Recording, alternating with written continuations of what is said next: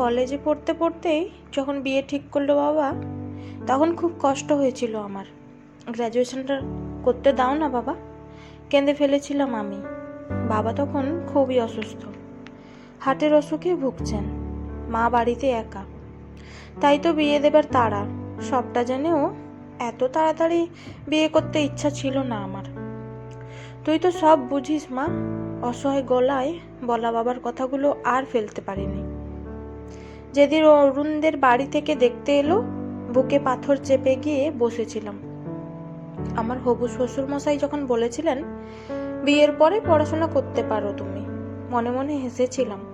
আমার কত বন্ধুদের শ্বশুর বাড়ি থেকেই তো এইরকম বলেছিল। কিছুই হয়নি আর বিয়ের পরে, জানতাম আমি। তারপর অরুণ এলো একদিন ওর দিদি জামাইবাবুর সঙ্গে। আলাদা কথা বলতে চেয়েছিল ও, কেন এত তাড়াতাড়ি বিয়ে করছি জানতে চেয়েছিল আমার কাছে।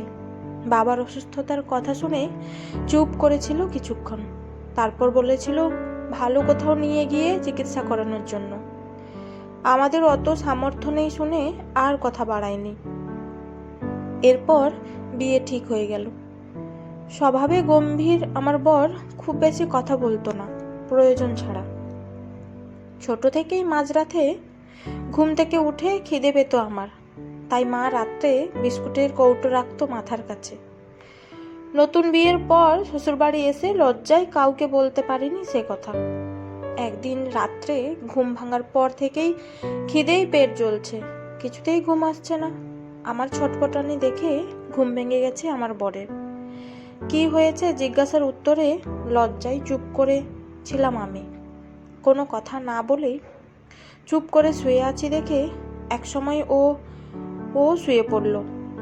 পরের দিন সন্ধ্যাবেলা যখন অফিস থেকে বাড়ি ঢুকলো, হাতে একটা বড় প্লাস্টিকের ব্যাগে একটা বড় বিস্কুটের কৌটো নিয়ে। আমি অবাক হয়ে তাকিয়ে আছি দেখে বলল, মাকে ফোন করেছিলাম বাবার খোঁজ নেবার জন্য। উনি বললেন রাত্রে ঘুম ভেঙে গেলে খিদে পায় তোমার, তাই। একদম অন্যরকম লাগলো অরুণকে, এতটা খেয়াল রেখেছে ও। অবাক হয়ে ভাবলাম আমি। এর কয়েকদিন পরের কথা।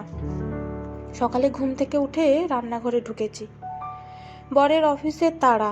হঠাৎ আমার শাশুড়ি মা বললেন, যাও, তোমাকে অরুণ ডাকছে, ওর সঙ্গে একটু ও বাড়ি যেতে হবে। খুব টেনশন হচ্ছিল, শুধু মনে হচ্ছিল বাবার কিছু হয়নি তো। অরুণের গম্ভীর মুখ দেখে সারা রাস্তাটা ভয়ে কোনো কথা বললাম না আর।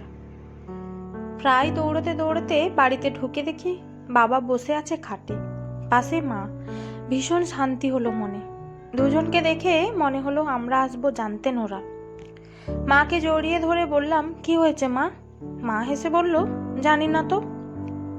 অরুণ গম্ভীর হয়ে আমার দিকে তাকিয়ে বলল, বিয়ের সময় সুটকেসে করে এত জিনিস নিয়ে গিয়েছো, আর মার্কশিটগুলো যে নিয়ে যেতে হয় সেটা জানো না?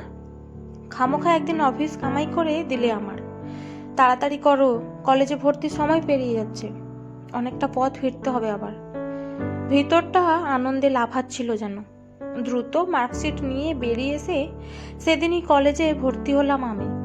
খুব ইচ্ছে করছিল ওকে জড়িয়ে ধরে বলি আমি কতটা খুশি হয়েছি, কিন্তু সারাটা রাস্তা এমন গভীর মুখে বসে রইল যে সাহসই পেলাম না। কলেজ সংসার নিয়ে ব্যস্ত হয়ে পড়েছিলাম ক্রমশ। অরুণও কিছুদিন ধরেই বেশ দেরি করে ফিরছিল অফিস থেকে। ওর গম্ভীর ভাবের খোলস ছেড়ে কিছুতেই বেরিয়ে আসতে চাইতো না যেন। তাই অনেক কিছু বলার ইচ্ছে থাকলেও বলতে পারতাম না আমি। অফিস থেকে ফিরেও কার সঙ্গে ফোনে কথা বলতো প্রায়, আমি গেলেই রেখে দিত, লক্ষ্য করেছিলাম। মনটা খুব খারাপ লাগছিল। এমনই এক সময়ে হঠাৎ একদিন অফিস থেকে ফিরে বলল, আমাকে অফিস ট্যুরে যেতে হবে কাল, ব্যাগটা গুছিয়ে রেখো। কতদিনের জন্য যাবে? আমার প্রশ্নের উত্তরে বলল, ঠিক নেই।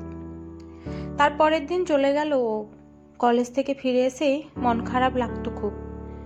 যদিও ও কথাই বলতো না আমার সঙ্গে, তাও চোখের সামনে থাকতো তো অন্তত।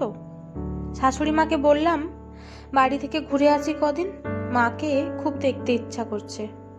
উনি বললেন, অরুণ আসুক, তারপর ওর সঙ্গেই যেও। খুব কষ্ট হচ্ছিল আমার।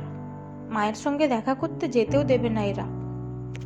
এর মধ্যেই একদিন অরুণের অফিস থেকে একটি ছেলে ফোন করলো। আমি তখন পড়ছি বসে। ট্যুরে গেছে শুনে অবাক হয়ে বলল, উনি তো ছুটিতে আছেন, জানেন না আপনি? সারা শরীর কাঁপছিল। এ কি সর্বনাশ হলো আমার! রাত্রে খেতে উঠলাম না আর সেদিন। পরের দুদিন আর কলেজও গেলাম না। সব কিছুই যেন শেষ হয়ে গেছে মনে হচ্ছিল। এভাবেই কাটলো দিন তিনেক। সকালে শাশুড়িমা এসে বললেন, দোতলার গেস্ট রুমটাকে একটু গুছিয়ে রেখো, বিকেলে দিদিরা আসবে। আমার মুখ দেখে অবাক হয়ে বললেন, কি হয়েছে তোমার? শাশুড়িমার প্রশ্নের উত্তরে শুধুই কান্না পাচ্ছিল। কিছু না, মাথা নেড়ে বলেই দোতলায় উঠে গেলাম ঘর গোছাতে। বিকেলে চুপ করে শুয়ে আছি ঘরে। অন্ধকার হয়ে আসছে, তাও আলো জ্বালতেও উঠতে ইচ্ছা করছে না আর। যার জীবনের আলোই নিভে যাচ্ছে, তার আর বাইরের আলো কি করবে? এত তাড়াতাড়ি কিভাবে এত পাল্টে গেল অরুণ? চুপ করে শুয়ে ভাবছিলাম আমি। দরজায় বেলের শব্দ শুনতে পেলাম। তাও উঠে দরজা খুলতে যেতে ইচ্ছা করছিল না একটুও। একটু পরেই অনেক লোকের কথার আওয়াজের সঙ্গে আমার ঘরের দরজা খুলে গেল। মাসি শাশুড়ি এসেছেন বুঝতে পেরে উঠে বসলাম। ঘরের আলোটা জ্বালিয়ে দিলেন শাশুড়ি মা। চমকে উঠে দেখলাম সামনেই দাঁড়িয়ে আমার মা। লাফ দিয়ে খাট থেকে নেমে দৌড়ে বাইরে বেরিয়ে এলাম আমি। এসে দেখি সিঁড়ি দিয়ে বাবাকে ধরে ধরে ওপরের গেস্ট রুমে নিয়ে যাচ্ছে আমার বর। অবাক হয়ে তাকিয়ে আছি দেখে মা বলল, ভেলোর থেকে অপারেশন করে নিয়ে এসেছি তোর বাবার। সবটাই তো অরুণই করলো। ওর সঙ্গে না গেলে আমার একার পক্ষে কি সম্ভব হতো এত কিছু? স্তম্ভিত হয়ে দাঁড়িয়ে রইলাম। কেউ কেউ এরকম ভাবেও না বলেও ভালোবাসা দেখায়। ওপরের ধাপে উঠতে থাকা বাবা আর অরুণকে দেখতে পাচ্ছিলাম না আর। চোখটা ঝাপসা হয়ে যাচ্ছে খালি। ধুর, আনন্দ হলেও এত কান্না পায় কেন কে জানে।